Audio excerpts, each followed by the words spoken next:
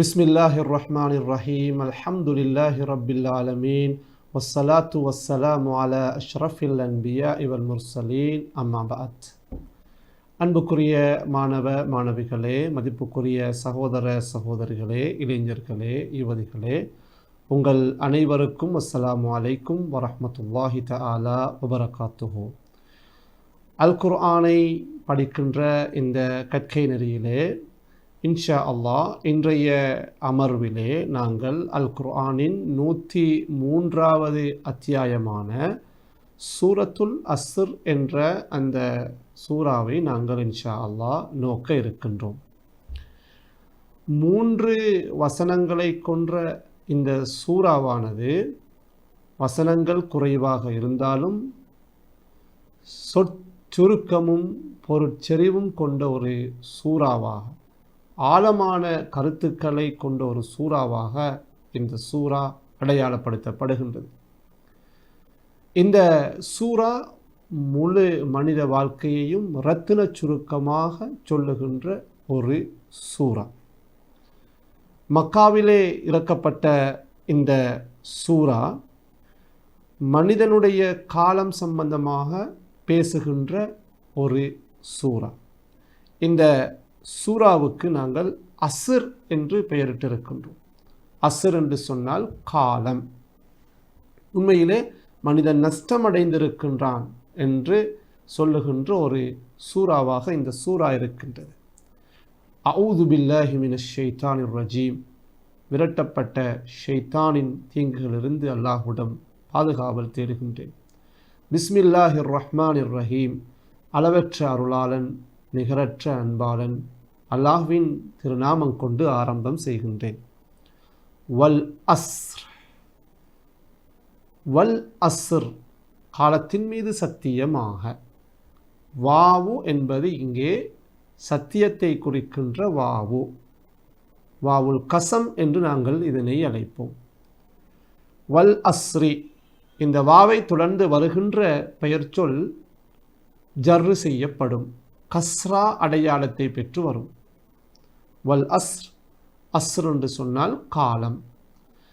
இந்த அஸ்ர் என்ற சொல்லுக்கு பல விளக்கங்கள் காணப்படுகின்றன. இங்கே நாங்கள் காலம் என்று சொன்னோம். அதே போன்று அசருடைய அந்த நேரத்துக்கும் அஸ்ர் என்று நாங்கள் சொல்லுவோம். எனவே முஃபஸிருன்கள் இங்கு வல் அஸ்ர் என்பது இந்த அசருடைய நேரத்தின் மீது சத்தியமாக என்றும் சில முஃபஸிருன்கள் விளக்கம் கொடுக்கின்றார்கள். என்றாலும் பிரபல்யமான ஒரு விளக்கமாக இங்கு இருப்பது காலத்தின் மீது சத்தியமாக என்பது ஆகும். காலத்தின் மீது சத்தியமிட்ட அல்லாஹு தாலா அடுத்து ஒரு மிக முக்கியமான செய்தியை சொல்லுகின்றான். அந்த செய்தி தான் இங்கு மிக முக்கியமானது. இன்னல் இன்சான லஃபீ ஹுஸ்ர்.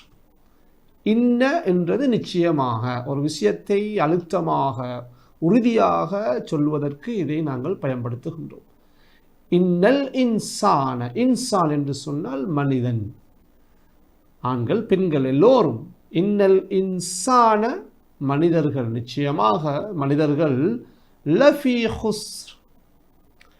இங்கே பாருங்கள், இந்த லாம் என்பதும் உறுதிப்படுத்துகின்ற ஒரு சொல், இன்ன என்பதும் உறுதிப்படுத்துகின்ற ஒரு சொல், லாம் என்பதும் உறுதிப்படுத்துகின்ற சொல். எனவே இங்கு 2 அந்த சொற்களை கொண்டு அல்லது ஹர்ஃப் எழுத்துக்களை கொண்டு அல்லாஹு தாலா இந்த செய்தியை உறுதியாக சொல்லுகின்றான். இன்னல் இன்சான லஃபி ஹுஸ்ரின். ஹுஸ்ர் என்று சொன்னால் நஷ்டம், இழப்பு. இன்னல் இன்சான லஃபி ஹுஸ்ர், மனிதன் நிச்சயமாக நஷ்டத்திலே இருக்கின்றான், நிச்சயமாக மனிதன் நஷ்டத்திலே இருக்கின்றான், நஷ்டவாளி என்று அல்லாஹு தஆலா சொல்லிவிட்டு, யாரை தவிர, இல்லா, இல்லாண்டால் தவிர, யாரை தவிர, அல்லதீன ஆமனு, நம்பிக்கை கொண்டோரை தவிர, ஈமான் கொண்டவர்களை தவிர. அடுத்து எல்லோருமே நஷ்டவாளிகள். அடுத்தது வஅமிலு ஸாலிஹாத். அமில என்று சொன்னால் செய்தான், ஈடுபட்டான். சாலிஹாத் என்று சொன்னால் நற்செயல்கள், நல்ல காரியங்கள்.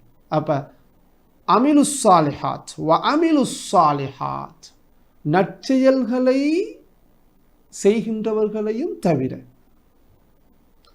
ஈமான் கொண்டு நற்செயல்களை செய்கின்றவர்களையும் தவிர. அடுத்தது மூன்றாவது வதவாஸௌ பில் ஹக்கி வதவாஸௌ பிஸ் ஸப்ர். தவாஸா என்று சொன்னால் பரஸ்பரம் உபதேசம் செய்து கொள்ள, பரஸ்பரம் உபதேசம் செய்கிறது.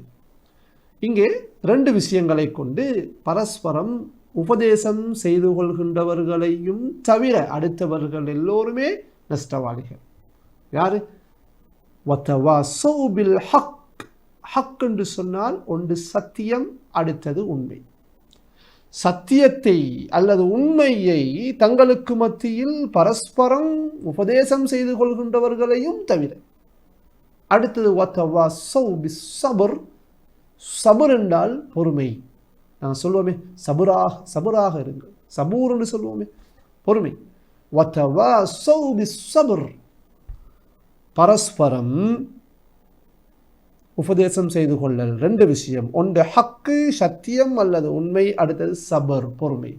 அப்ப பொறுமையை கொண்டும் சத்தியத்தை கொண்டும் பரஸ்பரம் உபதேசம் செய்து கொள்கின்றவர்களையும் நம்பிக்கை கொண்டு நற்செயல்களில் ஈடுபடுகின்றவர்களையும் தவிர ஏனைய எல்லா மனிதர்களும் நஷ்டவாளிகள், நஷ்டத்தில் உள்ளார்கள் என்று அல்லாஹ் தஆலா காலத்தின் மீது சத்தியம் சொல்லி இங்கே ஒரு விடயத்தை சொல்கின்றார்.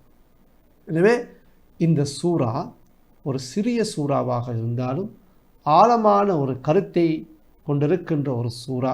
எங்களுடைய வாழ்க்கையை மீட்டி பார்க்கக்கூடிய அல்லது எங்களுடைய வாழ்க்கையின் யதார்த்தத்தை சொல்லக்கூடிய ஒரு சூறாவாக இந்த சூறா இருக்கின்றது.